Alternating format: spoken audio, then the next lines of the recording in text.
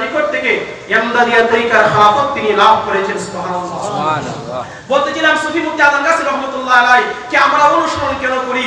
এই দেশে কত পীর আছে, কত দরবার রয়েছে, হাক্কানি দরবার কোনটি? আল্লাহ বলেছেন সূরা ইয়াসিনের 21 নম্বর আয়াতে আল্লাহ বলেছেন, সূরা ইয়াসিন আয়াত নম্বর 21 আল্লাহ তাআলা বলেন ইত্তাবিউ মান লা ইয়াসআলুকুম আজরা ওয়া হুম মুহতাদুন।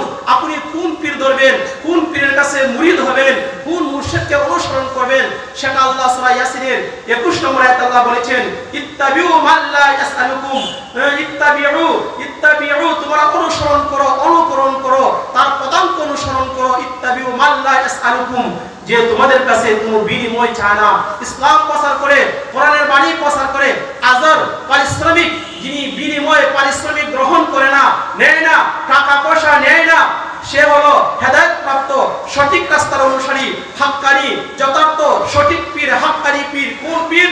যে পীর কোনো বিনিময় নেয় না। এই পৃথিবীতে একজন হাক্কানি পীর রয়েছে, যিনি হযরত মাওলানা সুফি মুফতি আজম গাছী রহমাতুল্লাহ আলাইহি, যে দরবারের মধ্যে কোনো দান বাক্স নাই, যে দরবারে কোনো চাঁদা কালেকশন নাই, যে দরবারের পীর সাহেব, যে দরবারের মুর্শিদ কারো কাছ থেকে কোনো টাকা পয়সা নেয় না, এমন একটি দরবার রয়েছে হাক্কানি দরবার, যে দরবারের মধ্যে হালাল হারাম যাচাই বাছাই করা হয়, তাকওয়া পরহেজগারি করা হয়। আপনি হালাল টাকা দিবেন, আরেকজনে হারাম ঢুকাই দিবে, এই সন্দেহ থেকে বেঁচে থাকার জন্য সুফি মুফতি আজম গাছী রহমাতুল্লাহ আলাইহি কোনো টাকা পয়সা তিনি নেন না। হাক্কানি পীরকে আল্লাহ বলেছেন সূরা ইউনূস আয়াত নম্বর 63, আল্লাহ বলেছেন আল্লাযীনা আমানু ওয়া কানু ইয়াত্তাকুন। ওলি আল্লাহ হলো তারা যারা আল্লাহর প্রতি ঈমান এনেছে, যারা তাকওয়া পরহেজগারি করে। যারা তাকওয়া পরহেজগারি করে তারা আল্লাহর ওলি, আর যারা তাকওয়া পরহেজগারি করে না, হালাল হারাম বাছে না, তারা আল্লাহর ওলি নয়, হাক্কানি পীর তারা নয়। আল্লাহ বলেছেন সূরা আনফাল আয়াত নম্বর 35, ইন আউলিয়াহু ইল্লাল মুত্তাকুন। ওলি আল্লাহ কারা? ওলি আল্লাহ হলো তারা যারা তাকওয়া পরহেজগারি করে, যারা হালাল হারাম বাচ্চা চলে। আল্লাহ বলেছেন সূরা মায়েদা আয়াত নম্বর 27, আল্লাহ বলেছেন ইন্নামা ইয়াতাকাব্বালুল্লাহু মিনাল মুত্তাকিন। আল্লাহ তাআলা মুত্তাকিনদের, যারা তাকওয়া পরহেজগারি করে তাদের আমলকে আল্লাহ কবুল করেন। যারা তাকওয়া পরহেজগারি করে না, হালাল হারাম বাছে না, তাদের আমল আল্লাহ কবুল করেন না। হাক্কানি দরবার তাকওয়ার দরবার, হাক্কানি দরবার পরহেজগারি দরবার। হাক্কানি জীবনের প্রতিষ্ঠাতা হযরত মাওলানা সুফি মুফতি আজম গাছী রহমাতুল্লাহ আলাইহি 1876 সালে হাক্কানি জীবন প্রতিষ্ঠা করে সে দাওয়াতকে তিনি দিচ্ছেন। কি দাওয়াত দিচ্ছেন? 5 ওয়াক্ত নামাজ বিনা কাজা আদায় করবে, 5 জায়গা নামাজ বিনা কাজা, নামাজের কোনো কাজা নেই, সময় হয়ে যাবে নামাজ আদায় করে নেবে। বাইরের আব্বা হযরত মাওলানা সুফি মুফতি সাবর শিখপুরি রহমাতুল্লাহ আলাইহি তিনি কি করলেন? জোহরের নামাজ আদায় করলেন, অসুস্থ অবস্থা, আসর নামাজ আদায় করলেন, ইন্তেকাল হয়ে গেল। অর্থাৎ অসুস্থ অবস্থা ধরাধরি করে নিয়ে যাচ্ছে, এরপরে কোনো নামাজ একক নামাজ কাজা হয়নি। এই হাক্কানি দরবারে নামাজকে হেফাজত করে রেখেছে, হেফাজত করা হচ্ছে। এই নামাজটা বিনা কাজা পড়তে হবে, নিজে নামাজ পড়তে হবে, নিজের ছেলেকে মেয়েকে নামাজে দাওয়াত দিতে হবে। আপনার ছেলে নামাজ পড়ে কিনা, মেয়ে নামাজ পড়ে কিনা, আপনার দায়িত্ব কর্তব্য আপনার স্ত্রীকে, ছেলেকে, মেয়েকে বোঝানো, বাবা তুমি নামাজ পড়ো, আল্লাহ নামাজ ফরজ করেছেন, নামাজ না পড়লে শাস্তি হবে। দায়িত্ব কর্তব্য, এই নামাজটা হলো বেহেশতের চাবি। কাল কিয়ামতের ময়দানে সর্বপ্রথম নামাজের হিসাব আল্লাহ তাআলা নেবেন। যার নামাজ ঠিক তার সব ঠিক হয়ে যাবে। এই নামাজ তার জন্য কাল কিয়ামতের ময়দানে আলু হবে, দলিল হবে, জাহান্নামের আগুন থেকে বাঁচার জন্য দলিল হবে, নাজাতের কারণ হবে সে নামাজ। এই নামাজ এটা আমাদেরকে আদায় করতে হবে। ওই নামাজটা হবে বিনা কাজা। বিনা কাজা কেন? আল্লাহ বলেছেন সূরা নিসা 103 নম্বর আয়াতে আল্লাহ বলেছেন ইন্নাস সালাতা কানাত আলাল মুমিনিনা কিতাবাম মাওকুতা। আল্লাহ তাআলা নিশ্চয়ই নির্ধারিত সময়ে নামাজকে ফরজ করেছেন, ওয়াক্ত মতে, টাইম মতে নামাজকে আল্লাহ কি করেছেন? ফরজ করেছেন। এই নামাজ কাজা করা যাবে না।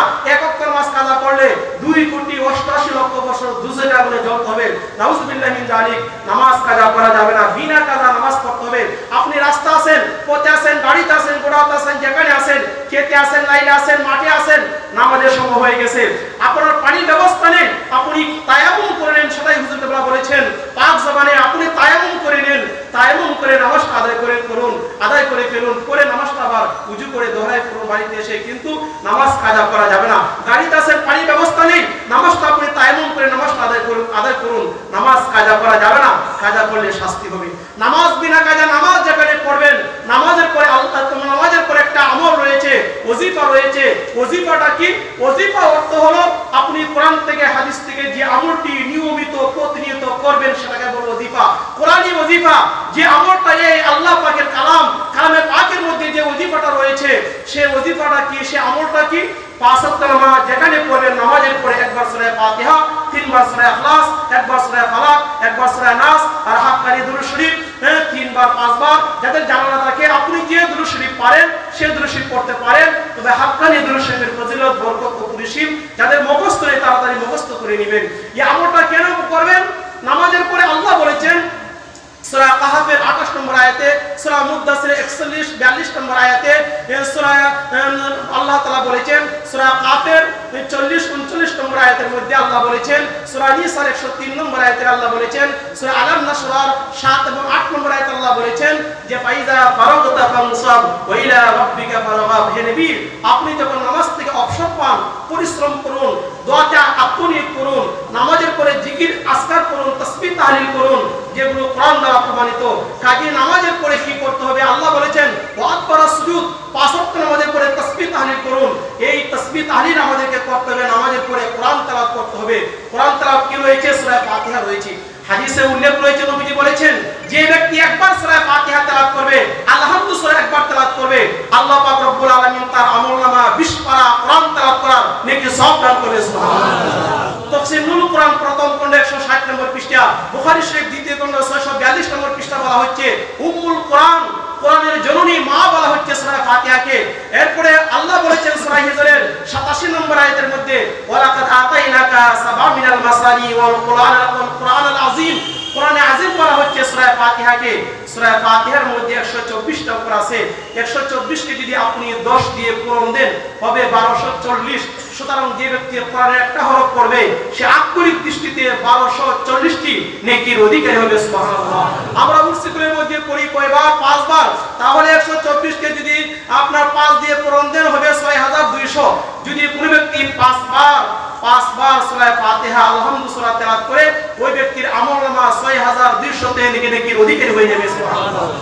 নবীজি বলেছেন ফি ফাতিহাতিল কিতাব শিফাউন লিকুল্লি দাইন। সূরা ফাতিহা হলো শিফা, প্রত্যেক রোগের ঔষধ হলো সূরা ফাতিহা। আমাদের উচিত হলো 5 ওয়াক্ত নামাজের পরে সূরা ফাতিহা তেলাওয়াত করা। এরপরে সূরা ইখলাস, হাদিসে উল্লেখ রয়েছে হযরত আবু দারদা রাদিয়াল্লাহু তাআলা আনহু থেকে হাদিস বর্ণিত, মিশকাত শরীফ প্রথম খণ্ড 185 নম্বর পৃষ্ঠা, নবী করিম সাল্লাল্লাহু আলাইহি ওয়াসাল্লাম বলেছেন যে ব্যক্তি সূরা ফাতিহা, যে ব্যক্তি সূরা ইখলাস 3 বার তেলাওয়াত করবে আল্লাহ পাক রব্বুল আলামিন তার আমলনামা এক কদম কোরআন শরীফ তেলাওয়াত করার সওয়াব দান করবেন। সুবহানাল্লাহ। সূরা ইখলাস যে ব্যক্তি তেলাওয়াত করবে আল্লাহ তার গুনাহ খাতা maaf করবেন, কিন্তু বান্দার হক যেটা হাক্কুল ইবাদ যারা যত গুনাহ আছে সমস্ত গুনাহ আল্লাহ maaf করবেন যারা সূরা ইখলাস যারা তেলাওয়াত করবে। হাক্কুল ইবাদ এটা বান্দার হক, বান্দার কাছে maaf চাইতে হবে। বান্দা যদি maaf না দেয় আল্লাহ maaf দিবে না। এই হাক্কুল ইবাদ যারা যত গুনাহ আছে সমস্ত গুনাহ আল্লাহ maaf করবেন কি আমল করলে? যারা বেশি বেশি করে সূরা ইখলাস তেলাওয়াত করে। এক সাহাবী বলেন ইয়া রাসূলুল্লাহ আমি সূরা ইখলাসকে ভালোবাসি, ইন্নী উহিব্বু হাদিস সূরা ইয়ানি কুল ওয়াল্লাহু আহাদ। ইয়া রাসূলুল্লাহ ইয়া হাবিবাল্লাহ আমি সূরা ইখলাসকে ভালোবাসি, নামাজের মধ্যে পড়ি, নামাজ ছাড়া বিভিন্ন সময় তেলাওয়াত করি। তখন নবী করিম সাল্লাল্লাহু আলাইহি ওয়াসাল্লাম বললেন হে আমার সাহাবী, যেহেতু তুমি সূরা ইখলাসকে ভালোবাসো, এই ভালোবাসাই তোমাকে জান্নাতে পৌঁছিয়ে দিবে। সুবহানাল্লাহ।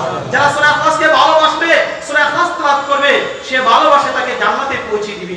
আরেকটি হাদিসে উল্লেখ রয়েছে জান্নাত ওয়াজিব হয়ে যাবে যারা সূরা ইখলাস তেলাওয়াত করবে। আরেকটি হাদিসে উল্লেখ রয়েছে মান ক্বারা কুল ওয়াল্লাহু আহাদ 11 মাররাতিন বুনিয়া লাহু কাসরুন বিহা ফিল জান্নাহ। নবীজি বলেছেন যে ব্যক্তি সূরা ইখলাস 10 বার তেলাওয়াত করবে, 10 বার, আল্লাহ পাক রব্বুল আলামিন তার জন্য বেহেশতে একটা অট্টালিকা তার জন্য নির্মাণ করে দিবেন। সুবহানাল্লাহ। জান্নাতের বাড়ির মালিক হতে পারবেন যদি সূরা ইখলাস তেলাওয়াত করেন। আরেকটি হাদিসে উল্লেখ রয়েছে যে ব্যক্তি 200 বার সূরা ইখলাস তেলাওয়াত করবে আল্লাহ পাক রব্বুল আলামিন তার 50 বছরের গুনাহ খাতা maaf করে দিবেন। আরেকটি হাদিসে উল্লেখ রয়েছে যারা নিয়মিতভাবে প্রতিদিন সূরা ইখলাস তেলাওয়াত করবে তাদের জানাজা 70,000 রহমতের ফেরেশতা অংশগ্রহণ করবে। সুবহানাল্লাহ। মুনাফিকের দপ্তর থেকে তার নামটাকে কর্তন করা হবে যারা সূরা ইখলাস পড়বে। হাক্কানি দরবারে এত বেশি বেশি সূরা ইখলাস পড়া হয় যেটা বয়ান করে শেষ করা যাবে না। 5 ওয়াক্ত নামাজের পরে, ফজরের নামাজের পরে 15 বার 30 বার পড়া হয়ে থাকে। ফজরের নামাজের পরে, এশার নামাজের পরে 15 বার, 5 ওয়াক্ত নামাজে পড়ে 5 বার করে 3 বার করে পড়া হোক, এত বেশি বেশি কালামে পাক তেলাওয়াত করা হয় থাকে এই হাক্কানি দরবারে, এগুলো আমল করলে কি হবে? কখন সম্ভব? যখন আপনি পীর ধরবেন, পীরের কাছে হাক্কানি পীরের কাছে মুরিদ হবেন, সুফি আজম কাছে রহমতুল্লাহ আলাইহি যখন বায়াত গ্রহণ করবেন, তখনই সম্ভব এই আমলগুলো করা। আর আমলগুলো যদি করতে পারেন, আপনার নেকির শেষ থাকবে না, নেকির অ্যাকাউন্ট আপনার একটা অ্যাকাউন্ট হয়ে যাবে, অ্যাকাউন্ট করা হয়ে যাবে, আপনার নেকি জমা হতে থাকবে আপনার ব্যাংকে, নেকির ব্যাংকে জমা হতে থাকবে।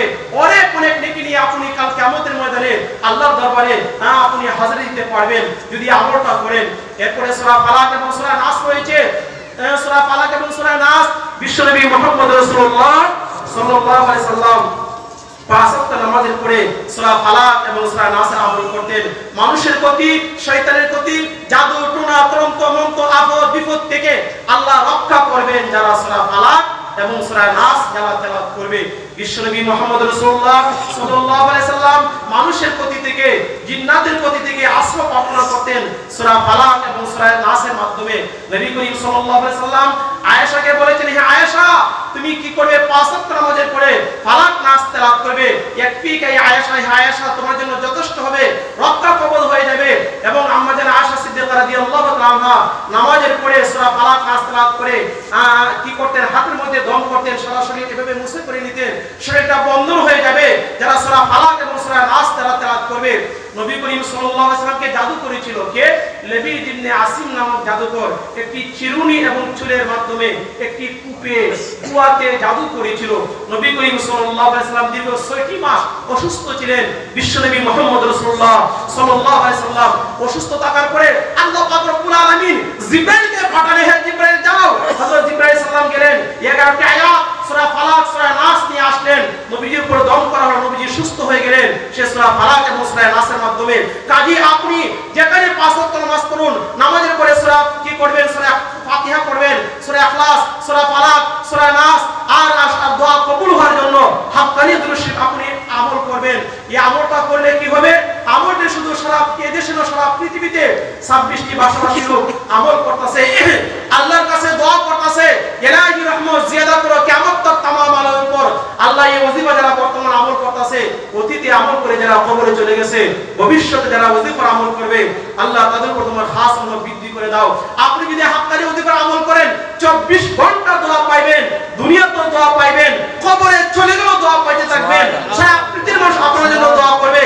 আপনি যদি হাক্কানি ওজিফার পাঠক আপনি হয়ে যান, বরকতে দিন ও দুনিয়া, দিন দুনিয়ার বরকত হবে, আপনার জীবনটা সুখময় জীবন হবে, মুবারক জীবন হবে আপনি এই ওজিফা যদি পড়েন। শুধু তাই নয়, মূল কথা হলো যারা হাক্কানি ওজিফা আমল করবে, প্রত্যেক ব্যক্তি প্রতিদিন এই আমল করার দ্বারা 8 কদম 10 পারা কোরআন তেলাওয়াত করার নেকির অধিকারী হয়ে যাবে। সুবহানাল্লাহ। কাজী আপনারা 5 ওয়াক্ত নামাজ পড়বেন, নামাজের পরে ওজিফা পড়বেন, হালাল রুজি খাইবেন।